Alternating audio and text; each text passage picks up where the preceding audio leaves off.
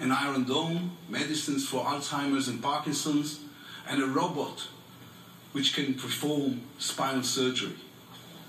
A world leader in water and food tech, cyber defense, and renewable energy, with 13 Nobel Prize winners in literature and chemistry, economics, and peace. How did this happen? It happened because we decided not to be a victim. We chose not to dwell on the pain of the past, but rather to focus on the hope of the future. We chose to invest our energies into building a nation, into building a happy society, optimistic and creative. We didn't only reach the promised land, we are building the promised land. History is determined by people. We need to understand history, respect it, and learn from it, but also to be willing and able to change it, to choose the future over the past, peace over war, partnership over seclusion and isolation.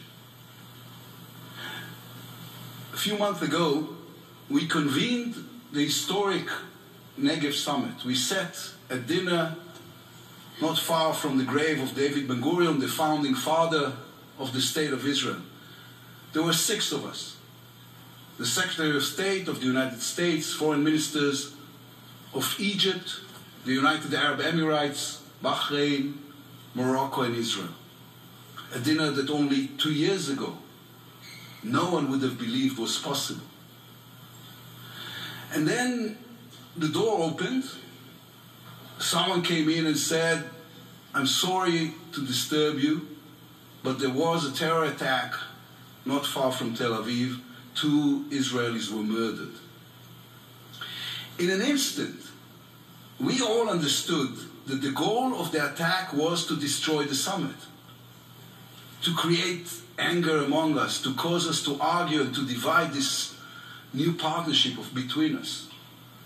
And I said to the foreign ministers, we have to condemn this terror attack right now together. We have to show the world that terror will not triumph. The room fell silent, and then one of the Arab foreign ministers said, "But we are always against terror. This is why we're here." And 5 minutes later, we put out a joint statement from the 6 of us, condemning the attack and sanctifying live cooperation and our belief that there is a different way. The summit continued. Agreements were signed. Working groups were formed to deal with issues of technology, food security, energy, water, education, and infrastructure. Those working groups are changing the face of the Middle East as we speak. The people of the Middle East, the people of the entire world, should look around and ask themselves, who is doing better? Those who chose the path of peace, or those who chose the way of war? Those who chose to invest in their people and country, or those who chose to invest in the destruction of others? Those who believe in education, tolerance, and technology, or those who believe in bigotry and violence? Whenever I meet someone who has criticism of Israel, I always have the same answer. Come and visit us. Come and meet the real Israel. You will fall in love. A country which combines breathtaking innovation with a deep sense of history, great people, great food, great spirit. A vibrant democracy, a country in which Jews, Muslims, and Christians live together with full civic equality. In the government which I lead, there are Arab ministers. There is an Arab party as a member of our coalition. We have Arab judges in our Supreme Court, Arab doctors saving lives in our hospitals. Israeli Arabs are not our enemies. They are our partners in life. Come and visit us. You will discover that Israel is an incredible cultural mosaic, from the white snowy mountains of the Golan to the white desert sand of the Negev. From Tel Aviv, the high-tech capital, a non-stop party on the Mediterranean Sea, to Jerusalem, our eternal capital, the holy city for three religions in whose beautiful streets the past meets the future every single day. There are, however, two major threats hanging over the head of our wonderful country. They also hang over your heads, even though you may try to deny them. The first is the nuclear threat. The fear that terrorist states and terrorist organizations will get their hands on nuclear weapons. The second threat is the demise of truth. Our democracies are slowly being poisoned by lies and fake news. Reckless politicians, totalitarian states, and radical organizations are undermining our perception of reality. We should know there is no country in the world that faces this phenomenon more than Israel. There is no country that has come under a greater attack of lies with such a vast amount of money and effort being invested in spreading disinformation about it. Last May, the picture of Malak Al-Tanani, a 3-year-old Palestinian girl, was published all over the world with the terrible news that she was killed with her parents in an attack by the Israeli Air Force. It was a heartbreaking image. But Malak Al-Tanani doesn't exist. The photo was taken from Instagram. It is of a girl from Russia. I can give you thousands more examples of similar fake news about Israel. The anti-Israel movement has been spreading these lies for years in the media, on college campuses, and on social media. The question is not why they do it, but why are you willing to listen? Why are you listening to people who have invested billions of dollars in distorting the truth? Why do you side with Islamic extremists who hang gay people from cranes, oppress women, and fire rockets at civilians from kindergartens and hospitals? I am not a guest in this building. Israel is a proud sovereign nation and an equal member of the United Nations. We will not be silent when those who wish to harm us use this very stage to spread lies about us. Anti-Semitism is the willingness to believe the worst about the Jews without question. Anti-Semitism is judging Israel by a different standard than any other country. Conducting this orchestra of hate is Iran. For more than 40 years now, in the town squares and on the streets of Iran, demonstrators have been photographed burning Israeli and American flags. Ask yourselves, where are the flags coming from? How did they get so many of our flags? The answer is they are manufacturing them especially, just so they can burn them. This is what an industry of hate looks like. This is a regime that systematically deals with hatred. They even hate their own people. Young Iranians are suffering and struggling from the shackles of Iran's regime, and the world is silent.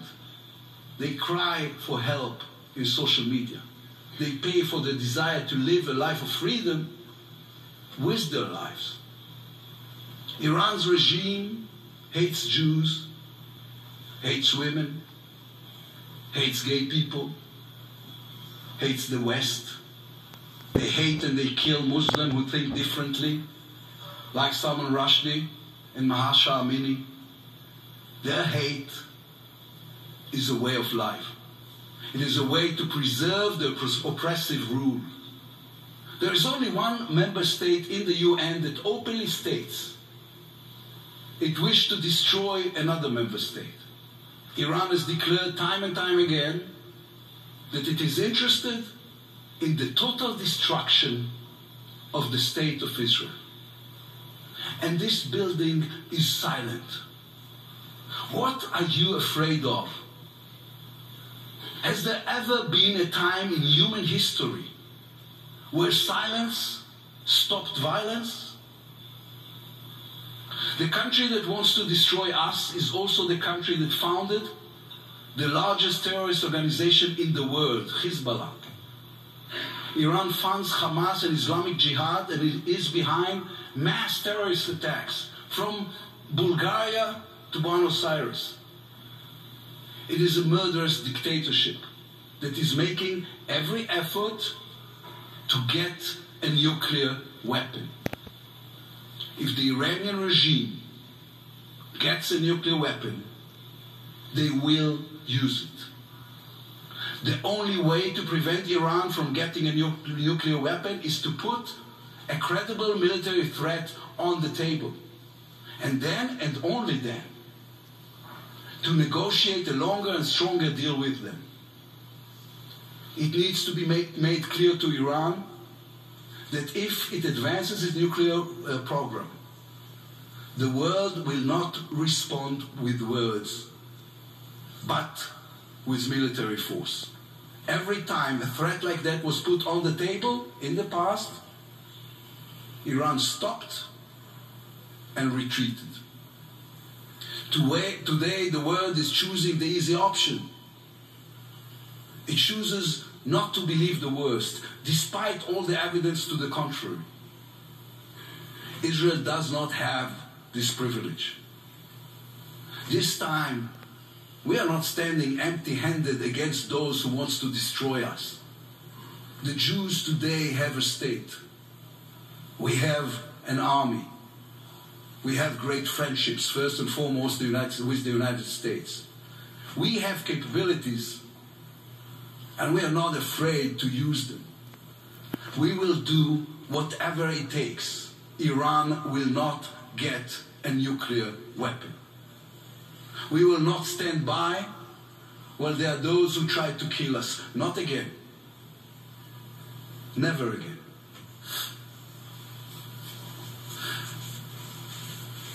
Israel's economic and military strength allows us to protect ourselves, but it also allows us something else. To strive for peace with the entire Arab world and with our closest neighbors, the Palestinians. An agreement with the Palestinians based on the 2 states for 2 people is the right thing for Israel's security, for Israel's economy, and for the future of our children. Peace is not a compromise. It is the most courageous decision we can make. Peace is not weakness.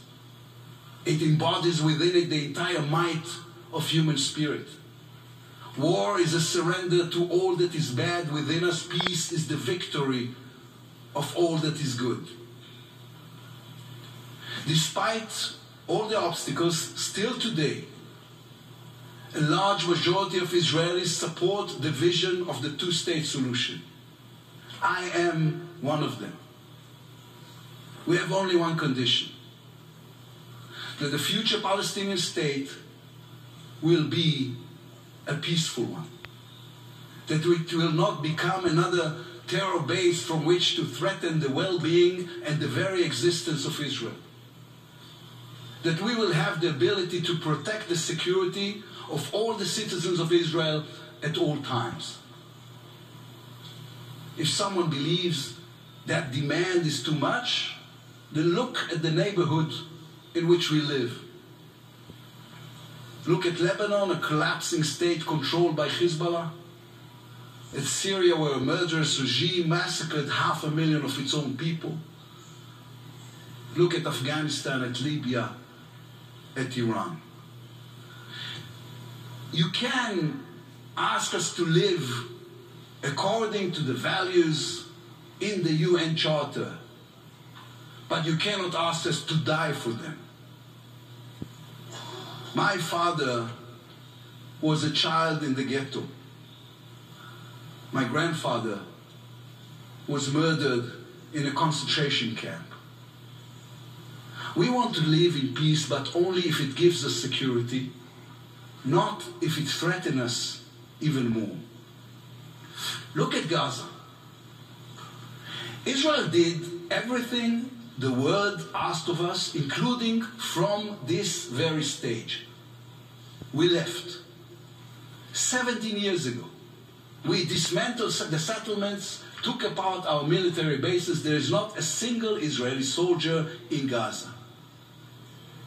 We even left them 3,000 greenhouses so they could start to build an economy for themselves. What did they do in response? In less than a year, Hamas, a murderous terror organization, came to power. They destroyed the greenhouses and replaced them with terrorist training camps and rocket launch sites.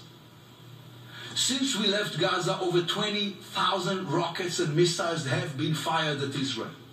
All of them at civilians, all of them at our children. I have a child with special needs. Her name is Yair. She's autistic. She doesn't speak. In May last year, I had to wake her at 3 o'clock in the morning and run down with her to the bomb shelter because missiles were exploding above our home. All those who preach about the importance of peace are welcome to try running to a bomb shelter at 3 a.m. with a girl who does not speak, to explain to her without words why there are those who want to kill her. In this building, we've been asked more than once why we do not lift the restrictions on Gaza. We are ready to do that tomorrow morning. We are ready to do more than that. I say from here to the people of Gaza, we are ready to help you build a better life, build an economy. We presented a comprehensive plan to help rebuild Gaza. We only have one condition: stop firing rockets and missiles at our children. Put down your weapons. There will be no restrictions. Put down your weapons, bring home our children who are being held in captivity. Hadar and Doron, may their memory be a blessing. Avera and Isham, who are still alive. And we will build your economy together. We can build your future together both in Gaza and in the West Bank. Put down your weapons and prove that Hamas and Islamic Jihad are not going to take over the Palestinian state you want to create. Put down your weapons and there will be peace. That is the minimum I owe my grandfather, my father, and my daughter. The Jewish people have learned the lessons of the past. Our security is guaranteed by our military might, our economic ingenuity, our democratic resilience. Israel seeks peace with all our neighbors. We are not going anywhere. The Middle East is our home. We are here to stay forever. And we call upon every Muslim country from Saudi Arabia to Indonesia to recognize that and to come talk to us. Our hand is outstretched for peace. Conflicts do not disappear on their own. Hostility doesn't disappear on its own. People create conflicts. People can also replace them with friendship, kindness, and common good.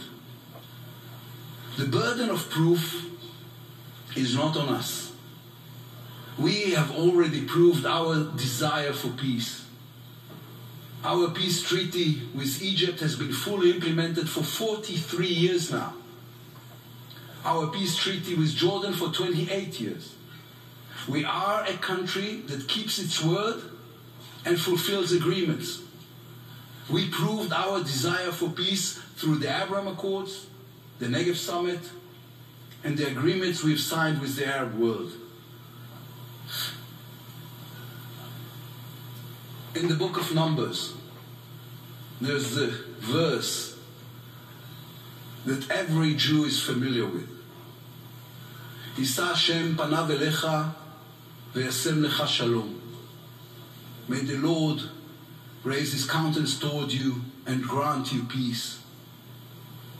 The state of Israel is the only country in the world founded by a book, the book of books, the Tanakh.